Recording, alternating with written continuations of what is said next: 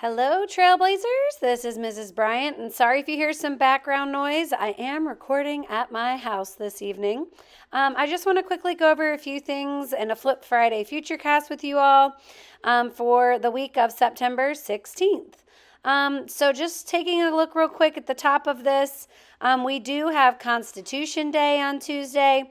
I will be putting out a special Constitution Day video that I would love for you to show to your students. It'll probably be 5 minutes or less, but just goes over some of the background information about our Constitution and just talks about how it's so important for our country. We do have reading meetings taking place on Tuesday. And we also have happening preschool, kindergarten, and grade 3 vision and hearing screenings. One little tidbit I do want to give is not all of our kindergartners will be coming. Nurse Adams will get with those of you who do have students who still need to be screened. However, all of our grade 3 and PK friends, including our ECSE friends, will be screened. Wednesday is an asynchronous learning day. And I just put on here, consider participating in our dip day. You bring the dip and we'll provide the chips. So we'll have lots of chips and pretzels and pitas and all sorts of things for all the delicious dips. Miss Schuler did share a dip sheet, which I'm going to ask her to share one more time just so I am able to make sure that we have the right type of things for the right type of dips you guys are bringing. It'll be super fun. So don't hesitate to bring some of those store-bought dips either, because we know they're delicious too. I'll talk a little bit more about async when we get to our additional reminders. Thursday at 3:30, Mr. Smith will be coming to talk about the new accountability model. And I think it'll be really important for us all to kind of know what the state has kind of landed on in regards to accountability. So he will be coming at 3:30 to speak to us, and we will most likely be doing a lockdown drill on Friday. Assessment reminders. Grade 1, we do have that you should be doing some math ESGI testing, which kind of leads me to the second bullet point, which is the assessment calendar request. Our current assessment calendar kind of is accurate in some ways and not accurate in other ways. And so I just kind of want to throw this out there for everyone to consider. We are using that assessment calendar as a way to know when you are giving an assessment so that we can keep your data sheets accurate and live. So I would just love for your grade level to brainstorm kind of how you all think we could make that a little bit more user-friendly and a little bit more accurate in some cases. So just ponder that and we'll talk through that piece.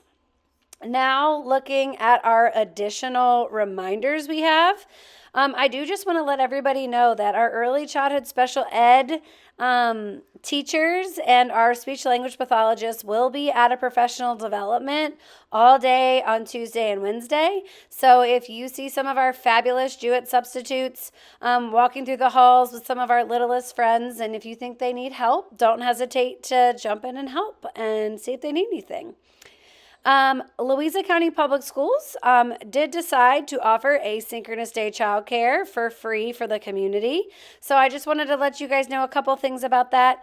Childcare will be held in the cafe. If you are a Jewett teacher and you would like your child to participate, please shoot me an email so that I can add them to the list. The only students that will be allowed to participate in childcare are ones that I have been able to put on the list prior to the asynchronous day. So teachers, kids are more than welcome to attend childcare. I just do need to know in advance. So please let me know. I've had some questions, so I do just want to clarify our asynchronous day work hours and location. On the asynchronous day, everyone, with the exception of those who have PD in a different location, which is just a handful of you all, everyone should report at Jewett for 8 a.m. to 3 p.m., a normal typical day's worth of hours. We are not scheduling anything for this asynchronous day. I just want to remind you this day is meant for you all to collaborate as well as work on those state mandated VLA modules that you need to do. So if you have any questions about any of that, please let me know. And another clarification, final one about the asynchronous day. All staff do attend on this day. Instructional assistants also attend on asynchronous days. Just a little side note, instructional assistants, you have worked your 5 work days, so you will attend on asynchronous days along with teachers. You just will not attend on any additional staff development or additional teacher work days. Once again, you have any specifics, just let me know and I'll be happy to work through it. Also on Thursday, our 5th grade will be attending the first ever LCHS Ag Fair, so that should be super fun. Now we're going to move on away from our Friday Futurecast into some additional quick reminders I have for you. Alrighty, so I have some safety reminders that I wanted to go through with everybody. And please know that as you listen to these, any questions you have, we are super lucky here in Louisa County Schools. Sergeant Sarnowski has said he would be happy to make himself available for any specific questions that people have. And I have had some grade levels send me some very thorough questions and scenarios. And so I will be getting that information specifically back to you, but there are some that I felt like were pertinent to share with the group, so I wanted to share those on this flip meeting. So Safe School Task Force reminders, Mrs. Anderson, Mrs. Lowry, and myself are the Jewett representatives on the Safe School Task Force, and we attended a meeting today.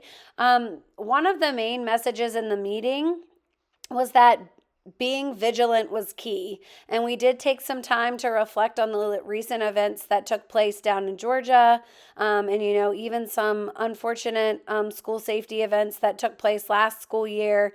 And we really focused in on where schools were vigilant and, were very purposefully following the safety guidelines and rules. In a lot of cases, a lot of lives were saved. And so vigilance being key was just kind of like the main overarching thing. One of the other things that kind of came out of Safe School Task Force was just that, mental health is still something that we are really focused on as a country. It's a hot topic. We in Louisa are going through a little bit of a shortage. We collaborate with Region 10 and typically have kind of like 4 mental health staff members that help assist when we have students who are, having to go through maybe a suicide screening or a threat assessment. And as a division, we currently have 3 of those 4 spots vacant. And so I say that just to say that Louisa has always been proactive. So as your administrators, we have been trained to be able to step in and help fill this role. So we are helping in this capacity. Our school counselors are working extremely hard to kind of fill the gaps there, as well as our school psychologists really chipping in when we need them. So I did just want to make you guys aware of that. And the Safe School Task Force will be having a group coming toward Jewett, and I'll make sure you guys know when, just to see, if there's anything else we can do to make sure that our school is as safe as it can be. I know that we had a lot of questions after our friend the fire marshal visited. He shared a lot of feedback with us, and we are on a list with a few other schools that he will be stopping back by throughout the year, anywhere from 4 to 8 times unannounced. Some of the questions we've been kind of asked the most frequently are just some clarifications about the door policies. And so I have here that locked doors are for what we use for security. Shut doors are for fire safety. And so, if you wanted to take a peek back when Miss Nicholas and Sergeant Harris kind of went over that safety presentation during back to school week, on slide 25, it very kind of explicitly talked about how our doors should be locked and should not be propped. I know that that's a very black and white statement, and that in the past several years, we've kind of lived in some gray with that. And so I know that this is something we're going to continue to work through, and that, there can always be exceptions and circumstances. And so on some of the specific questions I've gotten from grade levels, I'm going to clarify some of the circumstances where we can, have some flexibility. But I do just want to, reiterate your door being locked when students are in there, as well as if that's your preference when you're in there. Is definitely the safest thing we can do. Having your doors shut really helps because we are a school building that does not have a sprinkler system. And so the classroom doors and some of the hallway doors are what we call fire rated.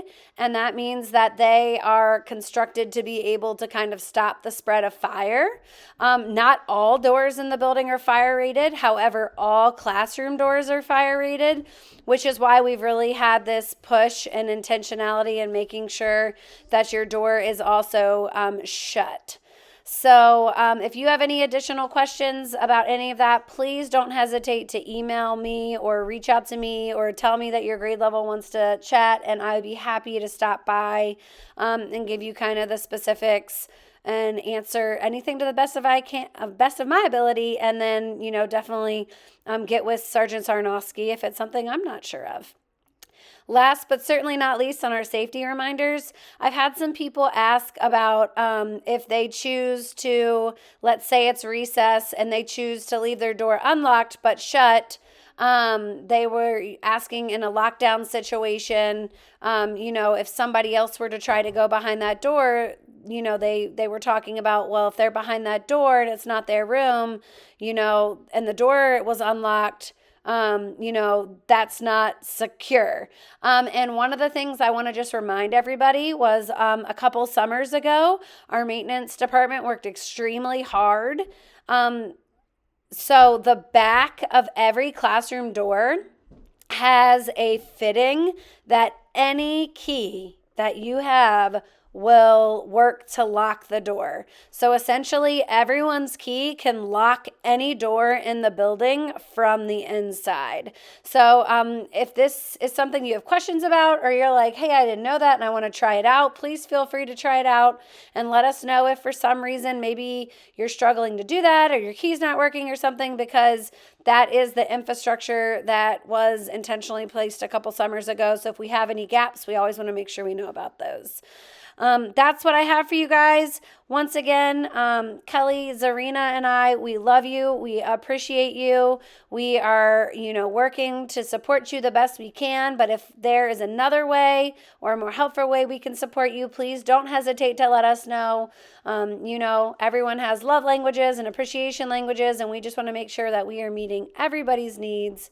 I hope you guys have a great evening, and thank you for your time.